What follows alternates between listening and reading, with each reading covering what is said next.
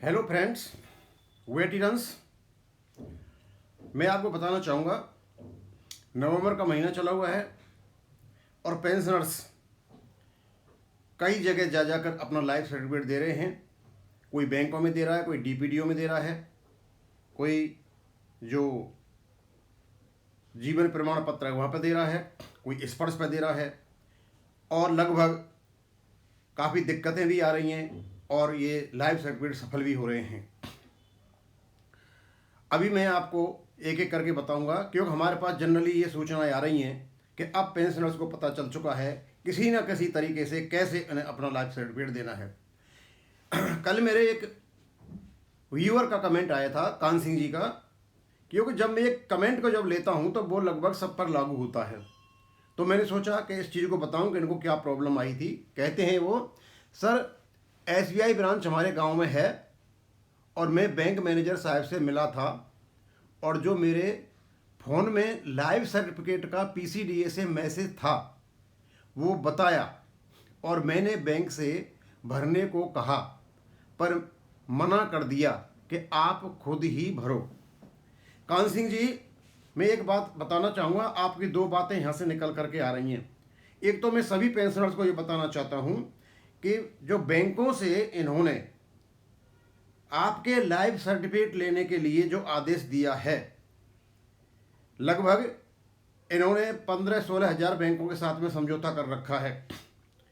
एक तो मुझे नहीं लगता सभी बैंकों ने API इंटीग्रेशन इंस्टॉल कर लिया है। API इंटीग्रेशन क्या है कि बैंक अपने आप अपना ऐसा साधन करेंगे, यहाँ लाइफ सर्टिफिकेट लेंगे और वो स्पर्श में चला जाएगा। और दूसरे जो ग्रामीण की शाखाएं हैं वहाँ तो बिल्कुल ही नहीं जाएं, क्योंकि उनके पास ऐसा कोई भी सिस्टम नहीं होगा कि आपका लाइफ सर्टिफिकेट दे सकें। आप पता लगाएं अपने डिस्ट्रिक्ट में जा कर के कि कौन सी शाखा हैं जो आपका लाइफ सर्टिफिकेट ले रही हैं। दूसरा मैं ये बताऊंगा आपको कि आपके पास यदि स्पर्श का कोई भी मैसेज आया है, किसी को मत दिखाइए, क्योंकि यदि आप उसको दिखाओगे तो बैंक उसको नहीं करेंगे, आपको स्पर्श से करना पड़ेगा। आप उनसे कहिए साहब लाइफ सर्टिफिकेट देना है, तो उन्होंने एक परफॉर्मा निकाला, उसको भरवाएंगे और ले लेंगे। लेकिन ये आपको पता लगाना पड़ेगा कि पर्टिकुलर जो बैंक है उसकी कौन सी शाखा इसको ले रही है। तो गांवों में तो बिल्कुल नहीं, और शहरों में जा करके पता लगाएं, और नहीं है तो अपने डिस्ट्रिक्ट में जा करके जिला सैनिक बोर्ड से पूछें साहब ये काम कहाँ हो रहा है। आपको खुद ही पता लगा करके ये देना पड़ेगा। उसका दूसरा है, जो बैंक से कहा था इन्होंने कि जो आपका आधार कार्ड और पैन कार्ड और अदर डिटेल्स हम डायरेक्ट बैंक से लेंगे, ऐसा लेटर PCDA ने और CGDA ने निकाला था। लेकिन दिक्कत ये आ रही है, शिकायत ये आ रही है कि बैंक से डाटा नहीं लिया जा रहा है। मैं आप सभी से बताना चाहता हूं कि आप always try to solve the problem, don't create any problem for yourself, क्योंकि अब काफ़ी सहूलियत आ चुकी है। यदि बैंक नहीं ट्रांसफ़र कर रहे हैं तो आपको भी 2-3 मिनट लगते हैं करने में।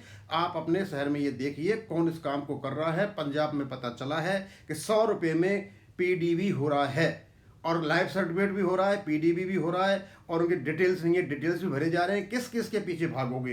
ये शुरू का काम है, ये दिक्कतें आएंगी। किससे शिकायत करोगे यदि बैंक नहीं कर रहे हैं? तो आप अपने आसपास देखिए कि कौन इसको कर रहा है। वहाँ से जिसका चला जाता है बहुत ही अच्छा है, और नहीं जाता है तो क्यों इनके पीछे भाग रहे हो? मत पीछे भागो। हाँ, बैंकों में सुविधा दे रखी है बैंक, और इन्होंने खुद कहा है कि हम बैंक से उठा लेंगे, लेकिन नहीं जा रहे, वहाँ प्रॉब्लम्स आ रही हैं।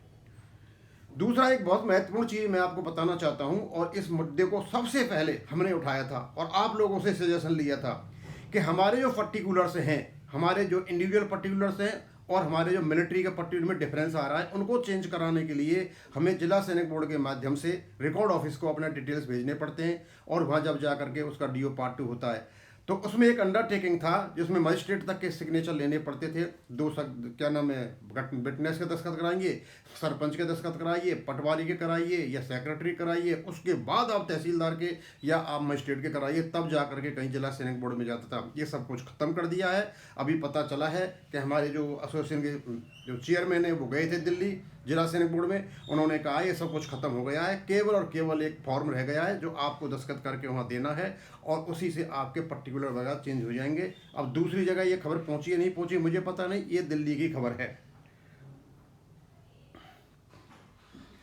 एक मेरे व्यूअर ने कहा था कि साहब हम PPO में अपना नंबर कैसे देखें, नाम कैसे देखें, क्योंकि हमारा जो मैसेज आ रहा है फ़ोन पर और दूसरे उस पर ईमेल में वो गलत नाम से आ रहा है। सर मैं तो समझ नहीं पा रहा कि आपके पीपीओ में जो नाम होगा वही आपका मैसेज में आएगा, अलग कैसे आ सकता है। हाँ, आप नाम देखना चाहते हो तो आप उसमें लॉगिन कर जाइए, स्पर्श में पीसीडी की साइड में जाइए और माइग्रेशन इनटू स्पर्श लिखा हुआ है, वहाँ आप लॉगिन कीजिए, चेक स्टेटस कीजिए अपना। आप 4-5 वो दे रखे हैं, ई स्पर्श पीपी हुआ पर पता चल जाएगा आपका क्या नाम है, वहाँ से आपका नाम का पता चल सकता है। लेकिन आपके पास जो मैसेज आएगा स्पर्श से केवल उसी नाम से आएगा जो उनके पास रजिस्टर्ड है। अब ये आप मैं तो समझ नहीं पाया कि आपके पास डिफरेंस क्यों आ रहा है पीपीओ से, पता चलेगा। एक और मेरे व्यूअर ने कहा था कि हार्डशिप रिस्क अलाउंस का पेमेंट शुरू हुआ या नहीं हुआ। देखो मुझे इतना पता चला है कि मैंने सीजीडीए में किसी से पूछा है तो उन्होंने कहा है कि ये अभी चेंज हुआ है, अभी पेमेंट हुआ है या नहीं हुआ है हम आपको बाद में बताएंगे कि वो दिल्ली में नहीं है, दिल्ली से बाहर हैं। जैसे वो आते हैं तो एक्चुअल पोजीशन में तब बताऊंगा आपको, कि झूठ तो मैं बोल नहीं सकता कि मिला कि नहीं मिला, क्योंकि जब मिला होगा तो डेफिनेटली उसे पता चल जाएगा और अब अंडर प्रोसेस है तो वो भी आपको पता चल जाएगा।